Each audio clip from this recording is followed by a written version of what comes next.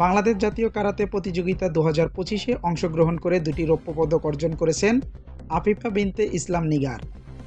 আফিফা বিনতে ইসলাম নিগার রাজধানী ঢাকার বসুন্ধরা আবাসিক এলাকার প্লেন স্কুল অ্যান্ড কলেজের 8ম শ্রেণীর ছাত্রী এবং বাংলাদেশের অন্যতম সুনামধন্য প্রতিষ্ঠান বসুন্ধরা গ্রুপের ডিজিএম ও সামাজিক সংগঠন রাবেয়া ফাউন্ডেশনের সভাপতি আলহাজ মোহাম্মদ আমিনুল ইসলামের কনিষ্ঠ কন্যা।